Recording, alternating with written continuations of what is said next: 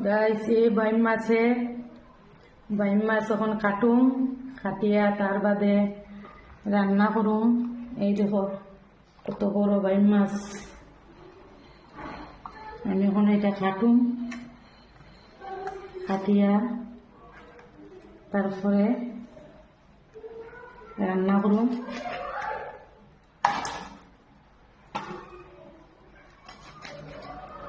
তোমরা video দেখবাই, like share comment করবাই, ভালো লাগলে। এই দেখো বাইম মাছ, কত বড় বাইম মাছ, কাটিয়ে এখন রান্না করুন। ভালো লাগলে লাইক শেয়ার কমেন্ট করবে। আমার মাছ কাটা কমপ্লিট হয়ে গেছে, এখন আমি রান্না করুন। এই দেখো আমার মাছ কাটা কমপ্লিট হয়ে গেছে, আমি এখন বর্তমানে রান্না করছি, রান্না কমপ্লিট করুন।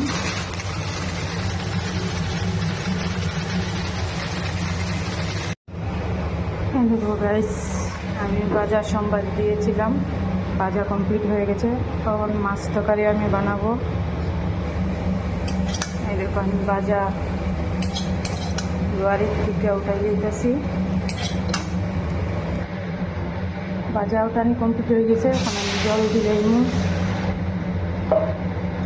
তার বাদে মাছ দিলেইমু, আলু দিমু, লাড়িয়া, তার বাদে ডাকনা দিয়া সিদ্ধ করবো।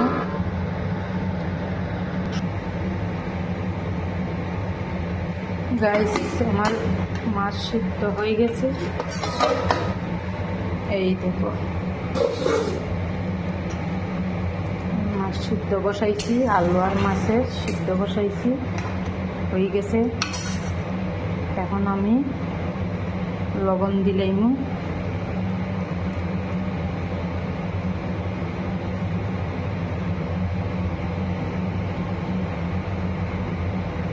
তার বাদে হলুদ দিলেইমু,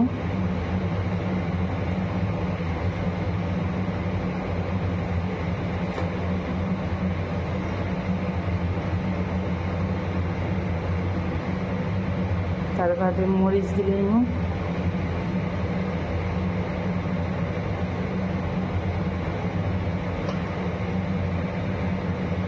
এবারে গুয়ামরির গুঁড়া দিমু,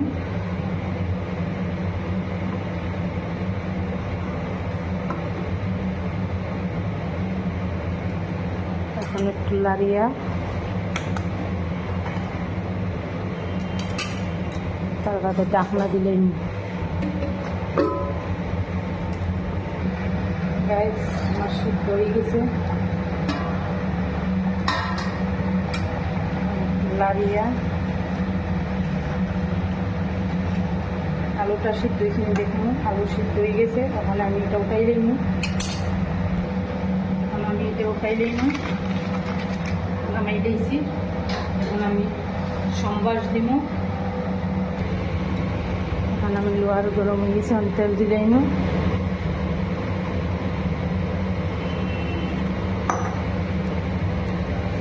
এখন আমি পেঁয়াজ দিব,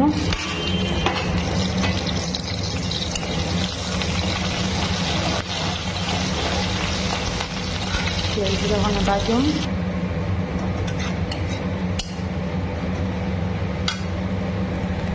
আমার পেঁয়াজ ভাজা কমপ্লিট হয়ে গেছে, এখন আমি তরকারি সম্বাস দিব। এখন আমি জিরা দিলাম সম্বাসের মধ্যে, একটু ভাজিয়া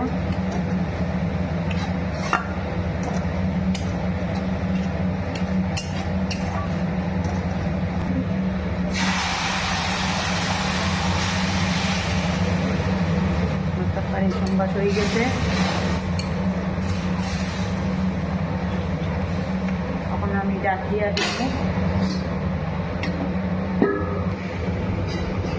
আমার তরকারি রান্না কমপ্লিট হয়ে গেছে।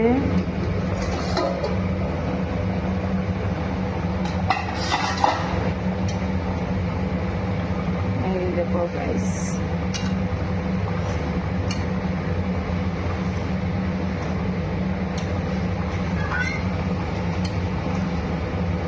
রান্নার রেসিপিটা যদি ভালো লাগে কমেন্ট শেয়ার লাইক করবেন। আমার রান্না কমপ্লিট হয়ে গেছে গাইস, আমার তরকারি কমপ্লিট হয়ে গেছে। এই যে কালারটা কি সুন্দর এসেছে।